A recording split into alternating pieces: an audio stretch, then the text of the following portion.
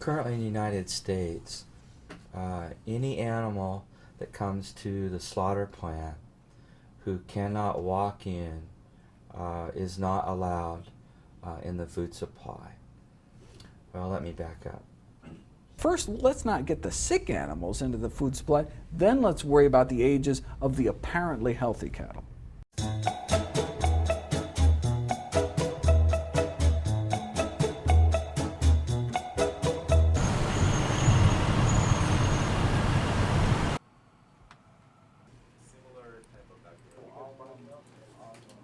The biggest meat recall in U.S. history, perhaps even world history, 143 million pounds of beef as supplier of the year. Second largest supplier to the American National School Lunch Program were recalled.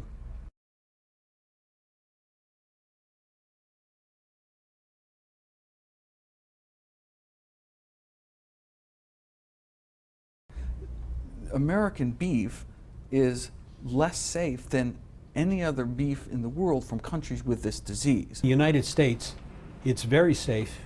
Especially California beef is safe.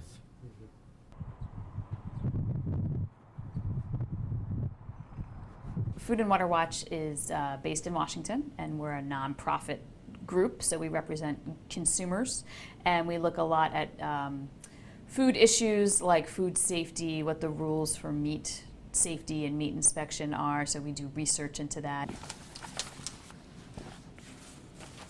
We looked at all of the records. We had a whole box full of records. We just try to tally up, is this a problem happening just at one or two plants? 276 examples of risk materials not being handled properly, and it happened at 131 different plants in 35 different states. 86 documents about a problem with determining the age of the cattle. When you talk about the age of cattle in the U.S., you're basically talking about an educated guess. It's not an exact science. So what they do is in slaughter plants, they'll often age animals by looking at their teeth. Finding the age of the cow by their teeth is kind of wishy-washy, but so is that 30-month deadline. 30 months of age, then there really isn't any. It's so minuscule. If you walk out your door and cross the street, there's a high probability someone's going to kill you with a car or motorcycle or something. That is a very... The information that came to me was the cattle over 30 months were entering the food chain. To me, that were SRMs were entering the food chain, which was against the agency policy. I issued a letter to the agency and I gave them 10 days in which to respond, and they chose not to. No significant change in policy from the agency. The U.S. beef supply is very safe regarding BSE. We're out on farms all the time, and if people suspect things, they pick up the phone and call us, and we go out right away.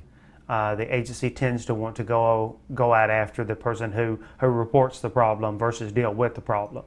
So we have a good rapport with the producers. Trying to get me to be quiet versus dealing with the issue. We have a good rapport with other veterinarians. They tried to get the Office of the Inspector General to charge me criminally. We have a good rapport with the government agencies. The agency tried to smear me on the Japanese embassy website. I stayed under personal misconduct investigation for about 8 months. Problem is they're not doing adequate inspections, so when the government says it's safe, what they're saying is we don't have evidence that there's a problem. I'm an MD, PhD, professor of pathology and neuropathology, and I've now been working with Stan Prusner, who discovered prions, for the last 23 years.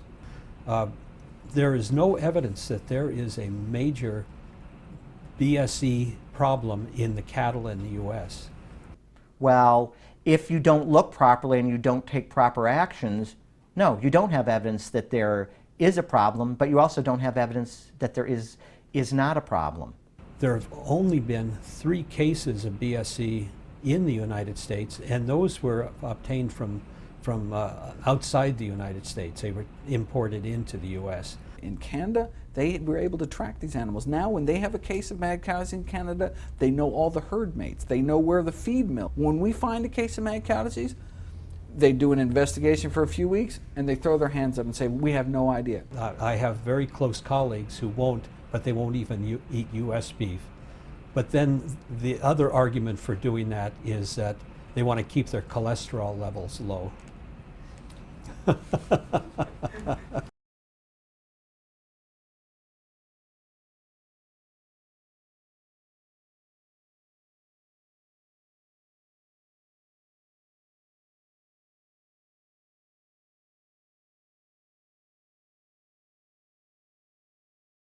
In Korea, you're going to start allowing animals in under the age of 30 months with SRMs intact, and then animals over the age of 30 months. Certainly any animal over 30 months of age, you would just automatically eliminate all of them. Now, if you have an animal under 20 months of age, would some of these other tissues be safe?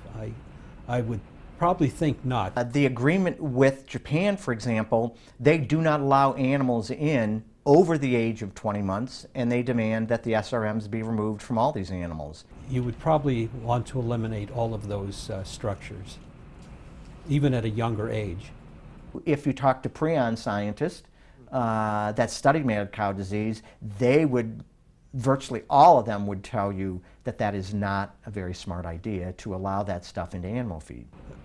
Because the disease may be there and not cause mad cow disease, that is, the disease where they begin to lose their balance. The American beef industry has been fighting imports of beef from Canada, saying that their meat is too risky from mad cow disease, when our beef safety regulations are poorer than Canada. Agreement on beef does not protect the public health of Korean consumers and appears to be done just to placate some economic interests. Korea should have the right to say no, the way we should have the right to say no to Canada. You know, I mean, it goes both ways.